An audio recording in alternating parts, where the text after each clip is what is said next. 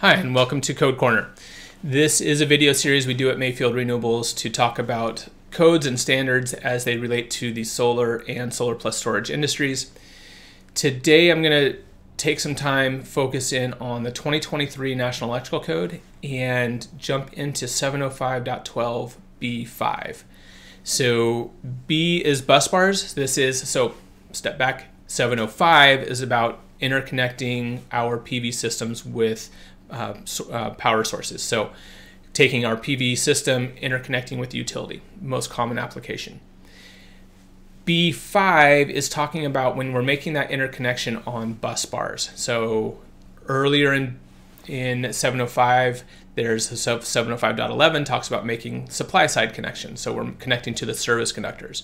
705.12 is also then talking about making the load side connections, and it breaks it down into a number of different subparts. So I'm going to focus in on B5 today. There's other sections that apply, of course, and just going to talk about this very specific scenario, this case, and help walk through. There's some changes in the 2023 language here. I wouldn't call them super significant changes. They were very good clarifications. And so if you are doing these types of connections, I encourage you to take a look at it, walk through that language, read it, and make sure you understand it. So B5 specifically is talking about connections on panels that have feed-through conductors connected to them. So I'll pull that up in an image in a couple minutes just to show you that as well. But first, let's just go to the charging statement in 705.12b. So it talks about power source connections. That's us, that's our PV systems. It's a generic term, but that's who we are. We're power source connections to distribution equipment with no specific listing and instructions for combining multiple sources. One of the following methods shall be used.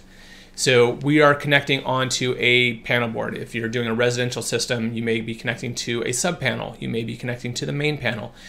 Those don't necessarily have listings and instruction for combining multiple sources, utility and solar, for example.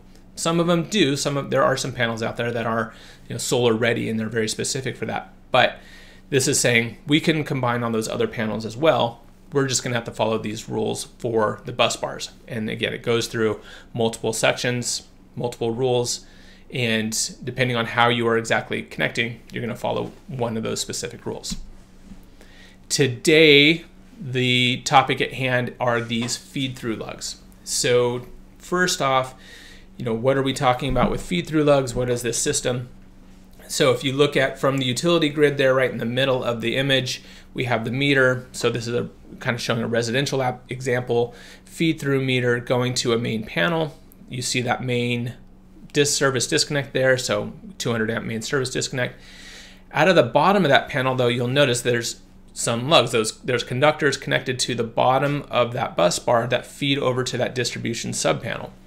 This is a pretty common scenario. This would be a feed-through application. So we are feeding the current through the main panel over to that distribution subpanel. 100%, something that you'll see a fair amount depending on geographically where you are. You may see these all the time. Maybe they're a little bit more rare, but nonetheless, this is an application where we can see our PV systems being applied. 705.12b5 is going to deal directly with this type of connection.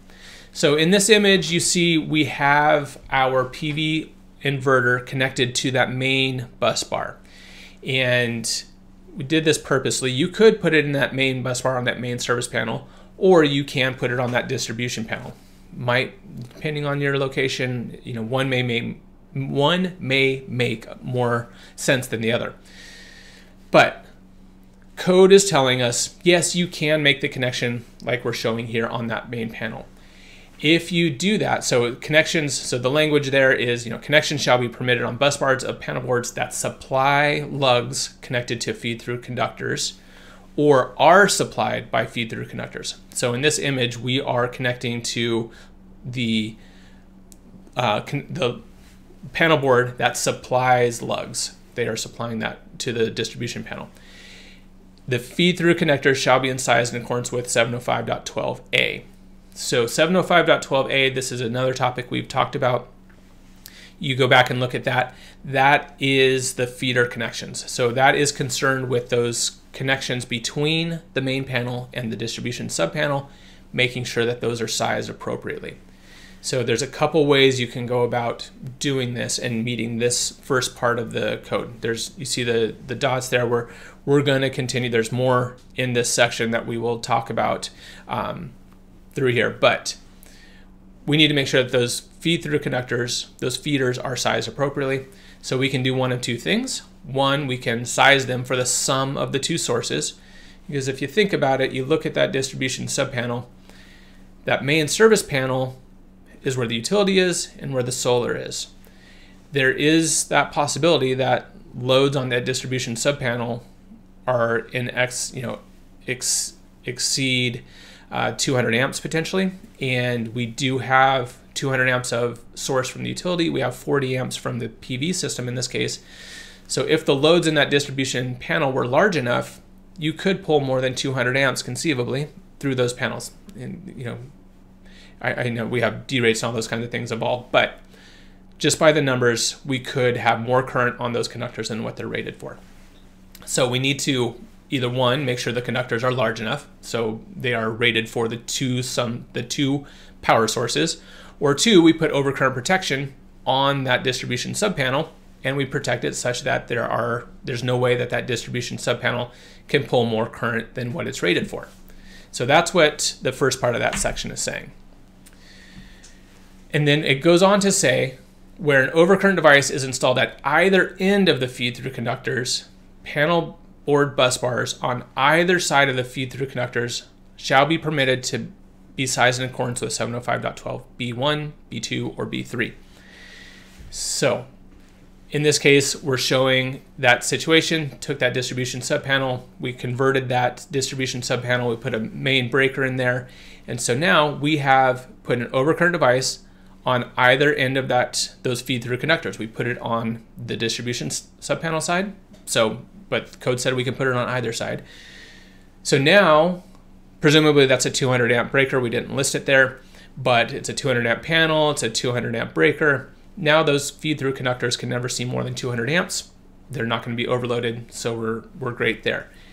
And what that also gives us the ability to do is size our connection on the main panel as we would back in 705.12b2. So using the 120% rule is what that comes down to.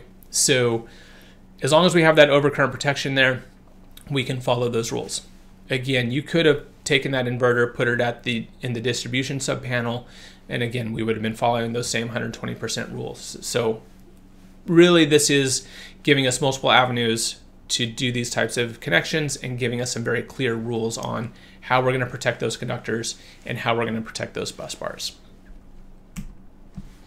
All right, so that bit that we just went through on 705.12, that's just part of what we have in our full 9-hour course on PV systems and the NEC. So if this is information that you found helpful and you want to get some more on the other sections of 705.12, other parts of 690, for example, I encourage you to go take a look at our website and look at that class. It's broken into 3 individual parts, so you are able to, if there's one section that's more appropriate or something that you need more help on, you have that ability. So I encourage you to go take a look at that and see if maybe that course might be of more help for you as well. And then finally, if you have any comments, questions, always love to hear from folks. We have ways that you can reach us here on the screen. You can also leave comments here in the videos. So love to hear from people how these are helping, if there's other questions that are left open after watching this. And then of course, I love to hear people's comments or input on future code corners. If there's a section of code that is really perplexing or hard, feel free to reach out, make a suggestion, and we can put some of those videos together as well. So thanks a lot. I appreciate your time and look forward to talking to you soon.